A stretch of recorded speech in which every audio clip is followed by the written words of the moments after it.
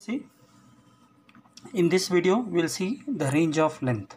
In the previous video हमने देख लिया था कि अर्थ एंड सन के बीच का डिस्टेंस या फिर मून और अर्थ के बीच का डिस्टेंस हम कैसे कैलकुलेट करेंगे। पैरेलैक्स मेथड जो हमने था वो देख लिया था। अभी हमको देखना है रेंज ऑफ लेंथ। अभी फिजिक्स में we have to understand what is how much length we will measure. Length में कितना डिस्टेंस हम मेजर कर सकते हैं। You see, we can measure a distance of 10 to the power of minus 15 meter to 10 to the power of 26 meter. अभी 10 to the power of minus 15 metre ये किसका distance है? ये रेडियस ऑफ न्यूक्लियस है। ये किसका रेडियस है? Radius of nucleus, nucleus का रेडियस है। इसमें हम स्टडी करते हैं। ओके, और 10 to the power of 26 metre क्या है? ये है radius of universe, observable universe. ये क्या है? रेडियस है। किसका रेडियस है? Radius of observable universe. Universe को हम जितना ऑब्जर्व कर सकते हैं उसका रेडियस है 10 to the power of 26 metre. ये तो हो गया तुम्हारा लेंथ का range. Okay, so next, in case of this, we have to understand that in this particular case, range length indicates what? Range length indicates that हम physics में कितना दूर तक कितना मेजर कर सकते हैं। कम से कम डिस्टेंस कितना है? 10 to the power of minus 15 से लेके 10 to the power of 26 metre तक। ये हो गया लेंथ के बारे में। Similarly measurement of mass. Next क्या है? ये तो फर्स्ट हमने देखा मेजरमेंट ऑफ लेंथ। अब क्या है? मास का रेंज क्या है? How will you measure the mass? How will you measure the mass of the body? अगर सपोज हमको मालूम है ऐसा यूनिट ऑफ मास क्या है? किलोग्राम है। Okay, but if suppose somebody ask you how will you measure the mass of the planet? Earth का mass कैसे मेजर करेंगे? What is the mass of the earth और what is the mass of the anything, planets, stars? How will you measure that? So that is measured using Newton's law of gravitation. कैसे measure करते हैं? Newton's law of gravitation. तो Newton's law of gravitation किसके लिए use होता है? किसी भी प्लैनेट का या स्टार का मास मेजर करने के लिए यूज़ होता है। ओके, और कॉमनली मेजर करना है किसी भी ऑब्जेक्ट का लेंथ मास मेजर करना है तो हम किससे यूज़ करेंगे? कॉमन बैलेंस से, वेइंग से बैलेंस करेंगे।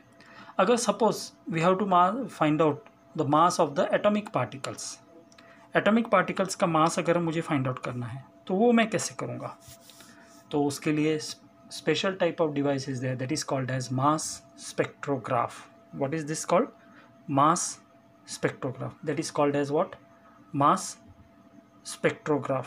सो mass spectrograph is used to calculate the mass of the atomic particles.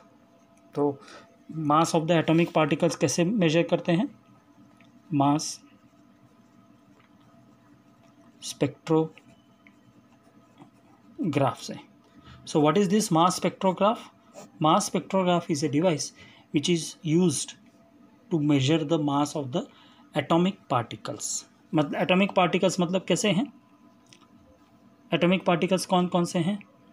जैसे एटम हो गया, इलेक्ट्रॉन हो गया,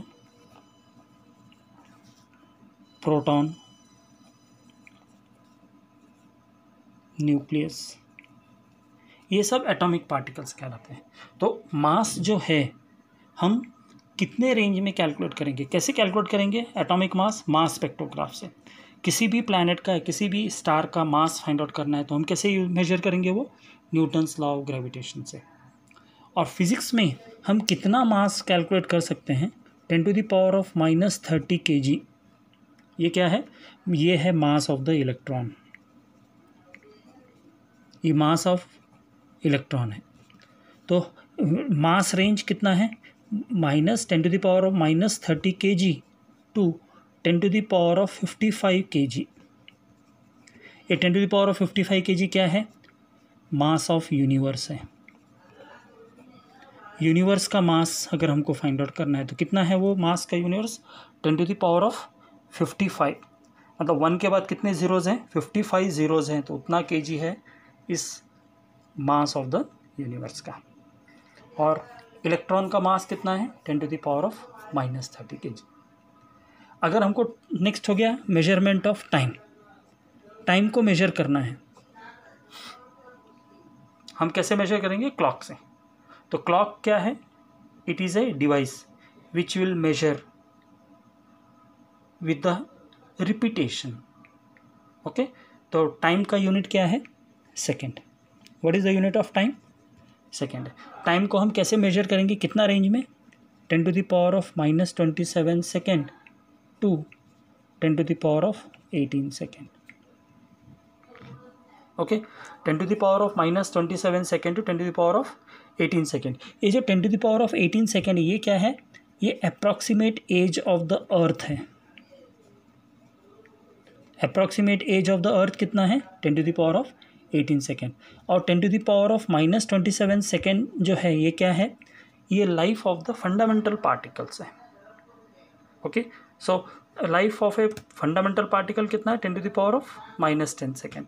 अभी ये जो टाइम मेजर करने का जो प्रोसेस है, this measurement of time which is the accurate clock, caesium clock.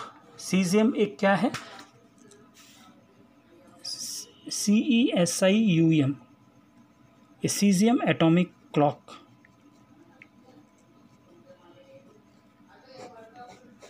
ये क्या है, एक तरह का क्लॉक है जो वाइब्रेशंस से मेजर करता है, किसका, वाइब्रेशंस का, एटम्स का।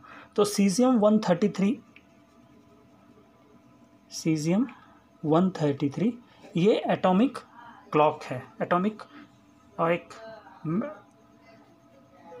क्लॉक है जिसका टाइम इंटरवल कितने ऑर्डर में रहता है, 10⁻⁻12 सेकेंड, जिसका वाइब्रेशन कितना रहता है, पिको सेकेंड्स में है। 10⁻⁻12 पिको सेकेंड्स में इसका वाइब्रेशन है। क्लियर हो गया। तो ये है अपना measurement of length, measurement of mass and measurement of time. अभी नेक्स्ट है define meter, define kilogram, define second. Okay, meter किसे कहते हैं, a length travel by the light in vacuum during a time interval of 1 divided by, meter का definition 1 divided by 299979245 second.